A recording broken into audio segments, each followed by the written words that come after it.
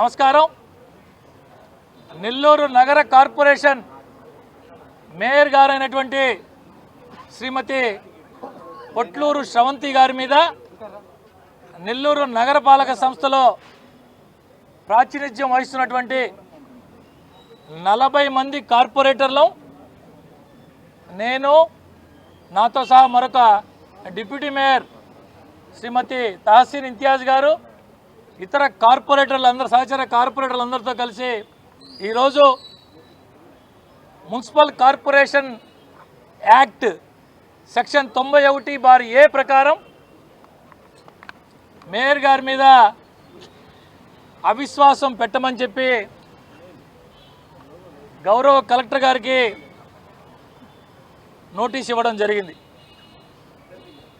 ఏదైతే మా కౌన్సిల్ ఏర్పడి 4 సంవత్సరాల కాలం నిన్నటితో పూర్తయింది. అనేక ఆశలు, అనేక ఆశయాలతో మమ్మల్ని ఓట్లేసి గెలిపించినటువంటి ప్రజలకు మేము ఎంతో కొంత మేలు చేయాలని ఒక మంచి సంకల్పంతో కష్టాలు నష్టాలు కోర్చి ఇల్లు తిరిగి దండాలు దశకాలు పెట్టి ఓట్లు వేయించుకొని కార్పొరేటర్ల ఎన్నిక కాబడిన మేమందరం కార్పొరేషన్లో మా వంతు మేము పోరాడి మంచి పనులు చేయాలా, ప్రజలకి కావలసినటువంటి మౌలిక సదుపాయాల కల్పనలో మా ప్రాంతాల్లో బాగా అభివృద్ధి పరిచి మేము కూడా మంచి పేరు సంపాదించుకోవాలనే ఆలోచనతో కౌన్సిల్లోకి అడుగుపెట్టాం. 4 సంవత్సరాల కాలం పూర్తయింది. కేవలం 7 మాత్రమే సమావేశాలు ఏర్పాటు చేయడం జరిగింది. రాష్ట్రంలోనే 4వ అతిపెద్ద కార్పొరేషన్ నెల్లూరు కార్పొరేషన్. విశాఖపట్నం, విజయవాడ, గుంటూరు తర్వాత 4వ అతిపెద్ద కార్పొరేషన్ అయినటువంటి నెల్లూరు నగర కార్పొరేషన్లో గడిచిన 4 సంవత్సరాల కాలంలో జరిగినటువంటి కౌన్సిల్ సమావేశాలు కేవలం 7. దీన్ని బట్టి అర్థం చేసుకోవచ్చు ఏ విధంగా ఉందో. నెల్లూరు కార్పొరేషన్ చరిత్రలోనే కాకుండా, రాష్ట్ర కార్పొరేషన్ చరిత్రలోనే కాకుండా బహుశా దేశంలో కూడా ఏ కార్పొరేషన్లో జరగని విధంగా మేయర్ అంటే, ప్రథమ పౌరురాలంటే ఈ యొక్క కార్పొరేషన్ మొత్తానికి కూడా ఒక పెద్దన్న పాత్ర. ప్రజల ఆస్తుల్ని, కార్పొరేషన్ ఆస్తుల్ని కాపాడాల్సినటువంటి పెద్దన్న పాత్ర. అటువంటి స్థానంలో ఉండి ఎక్కడా లేని విధంగా, చరిత్రలో ఎప్పుడూ లేని విధంగా మీ అందరికీ తెలుసు, కమిషనర్ సంతకాలు ఫోర్జరీ చేసి మున్సిపల్ కార్పొరేషన్కి రావాల్సినటువంటి కోట్లాది రూపాయల రాబడిని సొంత జోబిల్లోకి వేసుకొని క్రిమినల్ కేసులు పెట్టించుకొని జైళ్ళు పాలై ఈ యొక్క మేయర్ గారి భర్త, పేరుకి మేయర్ గారి భర్త, పూర్తిగా ఈ కార్యక్రమాలన్నీ ఎక్కడ జరిగినాయి, ఎలా జరిగినాయి అనేది నేను కొత్తగా మీకు చెప్పాల్సిన అవసరం లే. ఇదే కాకుండా కార్పొరేటర్లతో అందరితో కూడా సఖ్యతగా ఉంటూ వారి ప్రాంతాల్లో కావాల్సినటువంటి అన్ని రకాల మౌలిక సదుపాయాల కల్పన కోసం పనిచేయాల్సిన గౌరవ మేయర్ నెల్లూరు నగర నియోజకవర్గంలో ఈ 4 ఏళ్లలో 4 సంవత్సరాలు కూడా అడుగుపెట్టల. 60% ప్రాతినిధ్యం వహిస్తున్నటువంటి నెల్లూరు నగర కార్పొరేషన్లో 28 డివిజన్లు ఉన్నటువంటి నెల్లూరు నగర నియోజకవర్గంలో మేయర్ అయిన తర్వాత ఈ 4 సంవత్సరాల కాలంలో 4 సార్లు కూడా అధికారిక మేయర్గా పర్యటన చేసిన దాఖలాలు లేవంటే ఏ విధంగా పనిచేసిందో అర్థం చేసుకో. వీటన్నిటిని దృష్టిలో పెట్టుకొని కార్పొరేటర్లు అందరం కూర్చొని రాబో 1 సంవత్సర కాలం మాత్రమే ఉంది, తిరిగి ఎన్నికలు రాబోతున్నాయి, ఎలా చేయాలని అందరం మాట్లాడుకున్న తర్వాత చట్ట ప్రకారం చట్టంలో ఏదైతే పొందుపరిచి ఉందో దానికి అనుగుణంగా గౌరవ మంత్రి గారితో, రూరల్ శాసనసభ్యులతో చర్చించుకొని ఈరోజు మేమందరం కూడా అవిశ్వాసానికి నోటీస్ ఇవ్వడం జరిగింది. ప్రజలందరినీ గమనించమని చెప్తూ ఉన్నా.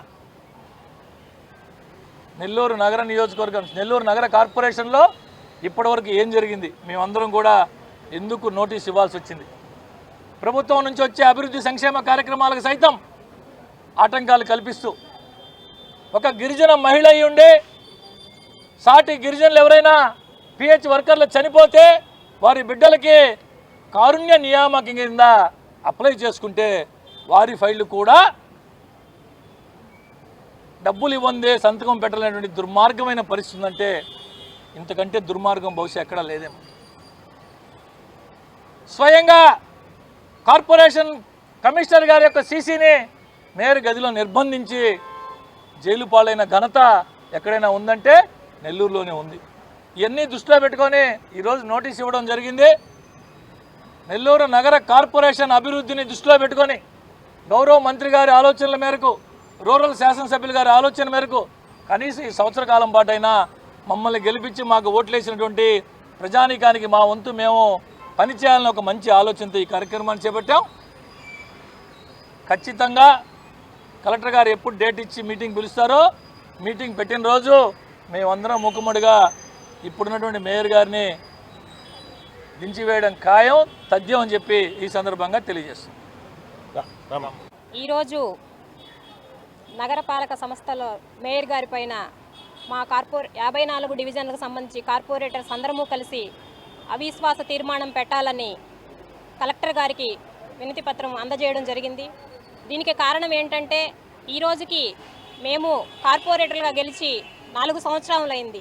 ప్రజలు ఎంతో నమ్మకంతో మమ్మల్ని ఓట్లేసి గెలిపించడం జరిగింది.